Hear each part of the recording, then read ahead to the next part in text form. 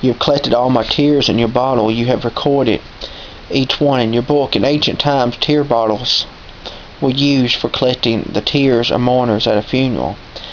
Then those bottles was placed in the tomb of the deceased. Well, Psalms 56 says, God collects my tears in His mercy. That's what that is. His tear bottle, not mine. In other words, God cries too. When we cry, He mixes our tears with His own. So don't be ashamed to be afraid or to cry. In fact, if you want to experience the benefits of tears, go right ahead and have a good cry. Bawl your eyes out, weep and wail if you have to, because our tears are precious to God, and sometimes that's the only way we can get released. That's the only way we can get past the here and now. Do you know the problem with most sympathy cards? They try their best to take people out of the grieving process, but grief is absolutely necessary for people of God to heal.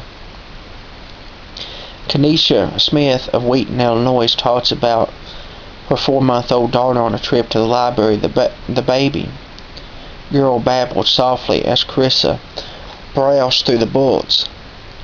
But as they made their way through the stacks, Carissa heard an older man gruffly say, "Tell that kid to shut up or I will."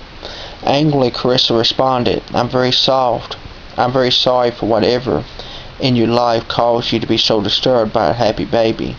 But I will not tell my baby to shut up, and I will not let you do so either."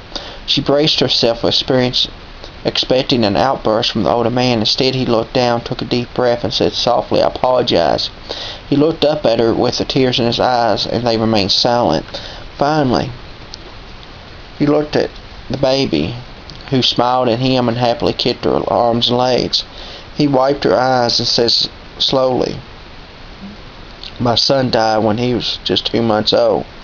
Carissa moved to sit down the chair next to him. He went on to explain that his son died from SIDS over 50 years ago. He described how his anger grew, leading to a failed marriage and isolation. Carissa asked him to tell her about his son. As he did so, he smiled back and forth with her.